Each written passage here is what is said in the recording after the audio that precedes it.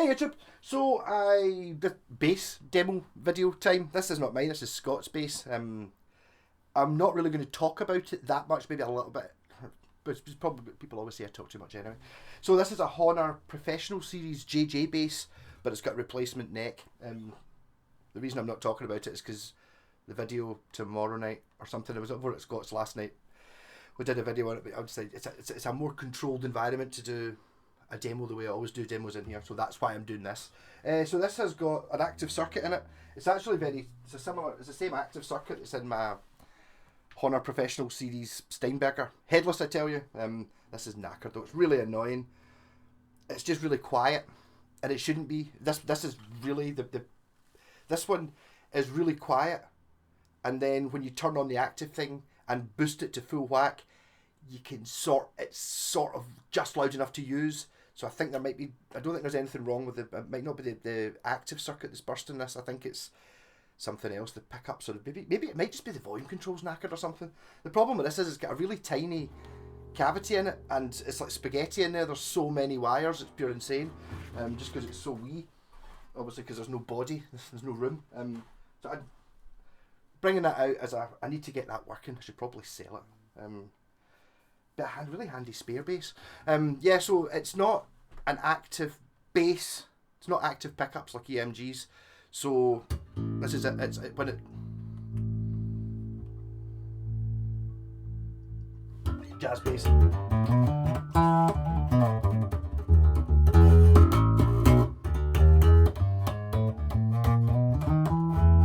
The neck on this is fantastic. It's not the original neck, so it's not really a demo of this guitar, I suppose. It is a Hohner as well, but it's a sort of 70s Japanese Hohner, I think. I have seen the original neck. The original headstock's kind of meh. I don't have one that really looks like it. Just a sort of a completely nondescript headstock. That's the way to do it. Sort of like a sort of not pointy, but halfway between this and pointy. Not to my tastes. Yeah, so we've got two volumes obviously, and then the tone control doesn't do anything when you're in passive mode, but when you turn it on, you've got treble,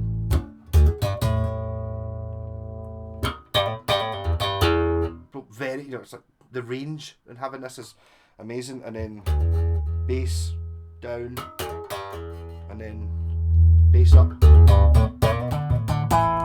So a concentric pot, which I always wanted to fit them. You can see the knobs that go on them. You can find the knobs really easily, but I can't find concentric pots, or not for an acceptable price. I think I found them for like 30 quid, and it's like, I don't want them that much. Well,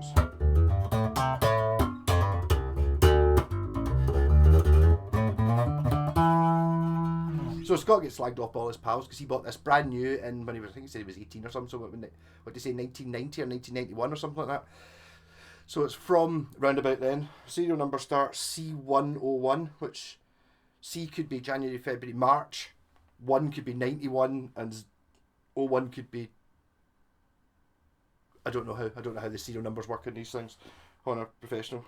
So I said it's a JJ, which is, I think, a Jaco Pastorius type thing, because it's like a jazz bass without a scratch plate basically.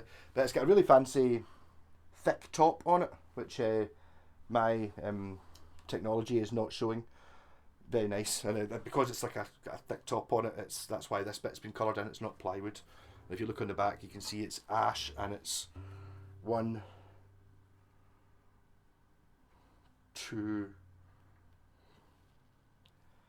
some pieces, 3 maybe pieces of ash with a fancy top on it.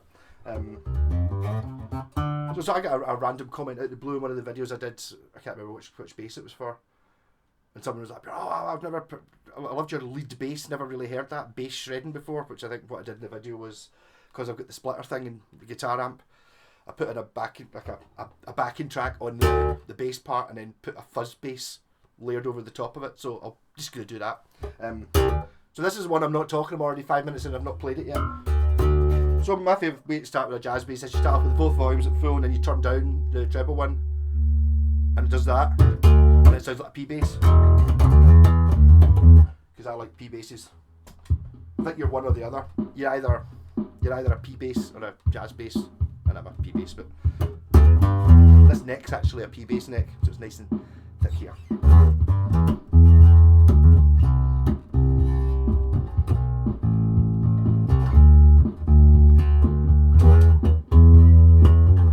I've kind of missed the note there. Go on, put it away. Put it away.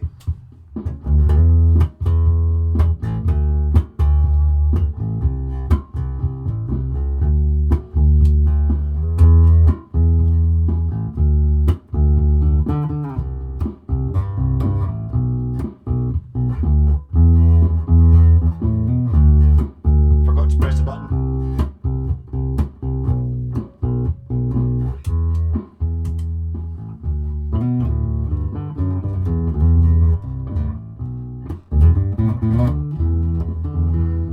So if I activate it and go for the treble sound I can get, which would be that pickup one.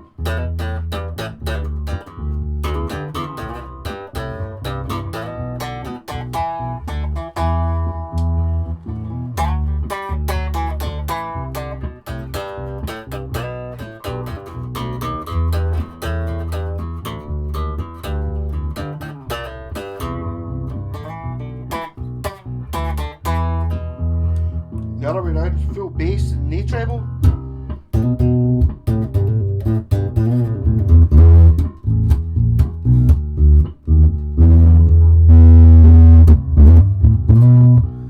So amazing the range you get with like an active circuit. This is a really good active circuit, actually, having the bass and the treble. Also in the back there's like a gain, what do you call it, a mini pot. It's like in the,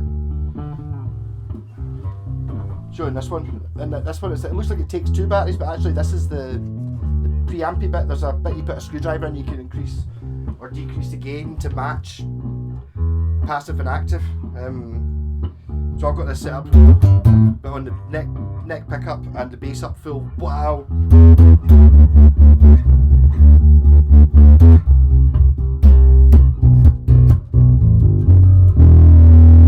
Both bass and treble at full.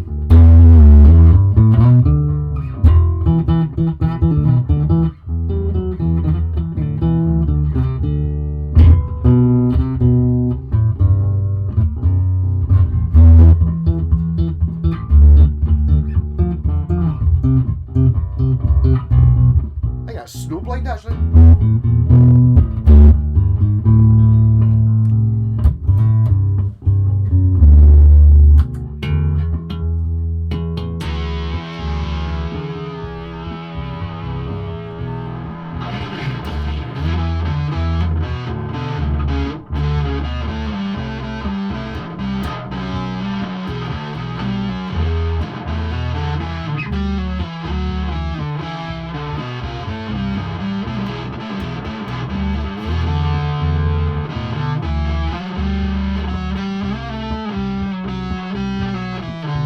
Trying to go for the full treble and no bass in.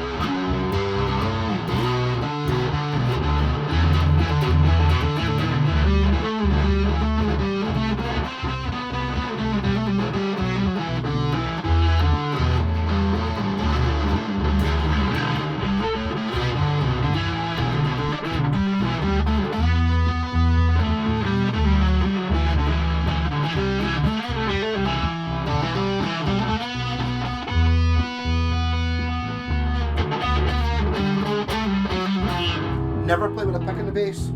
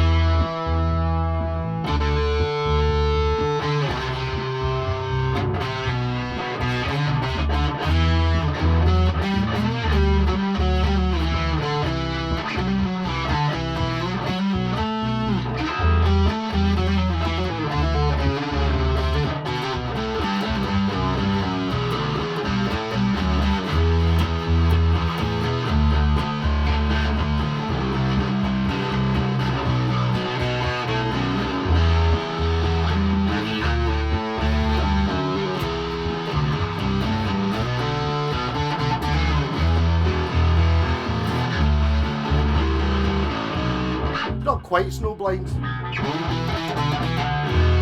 I would hope the cooperators don't hear it.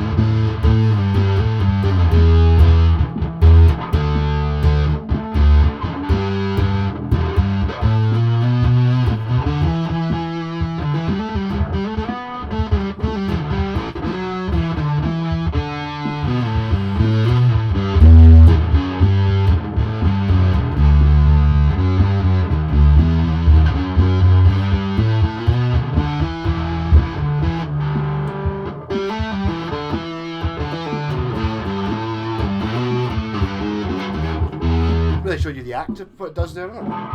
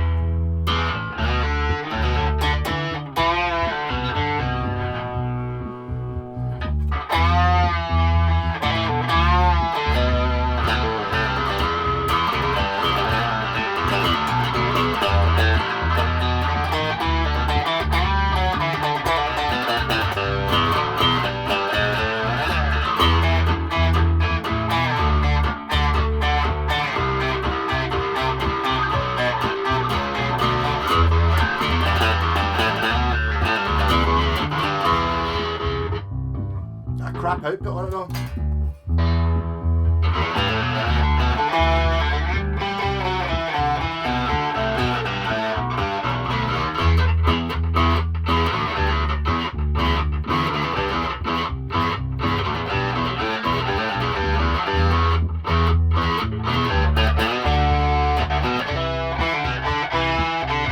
Actually, it sounds a wee bit like sort of.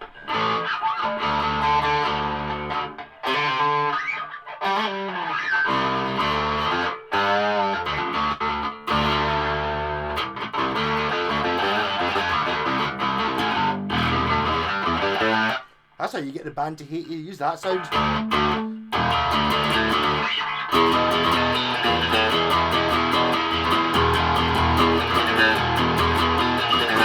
Lots of distortion, far too much treble.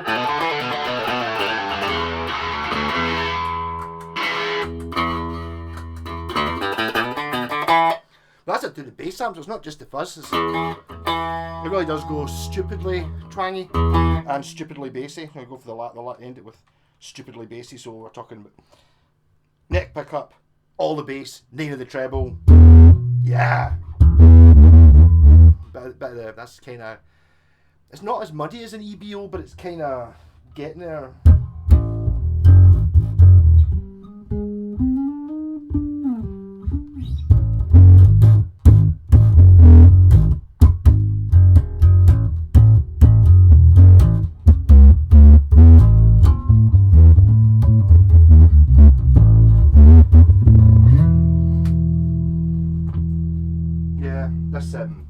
Slightly wobbly. The thing about it is it's not even a normal jack. It's one of those stupid barrel ones I hate.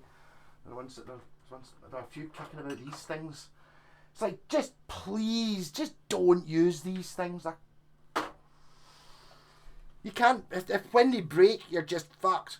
It's like, it's not like a normal jack socket where it's like, it's so simple that you can just basically normally bend the lever thing that clicks on. All sorted. Has to be stereo for this as well. I would actually suggest to Scott, I don't know how originally we'd want to keep it. He's already changed the neck, so I would suggest basically just getting the wee metal plate with the 4 screws on it. It's not original, but that's not the point in a bass like this. He was over the moon when he got this working though. He's been asking me forever to buy a bass neck. Have you got any bass necks? It's like first time because he lost this. I don't want to talk about it because it's in the tomorrow's video where you get bored talking about it. So there's what it sounds like, and that was me playing through the Marshall MB150 and a Fender ABY pedal and a wee Laney 15 watt VC15, and the fuzz pedal I was using at the start was a twin note pi fuzz and a rap pedal just for the last wee bit, and a loop pedal and a drum pedal. Quite a lot of things actually I've got plugged in. Yeah, I'm the man that doesn't like pedals, so currently for that I was using 1, 2, 3, 4, 5 pedals and 2 amps.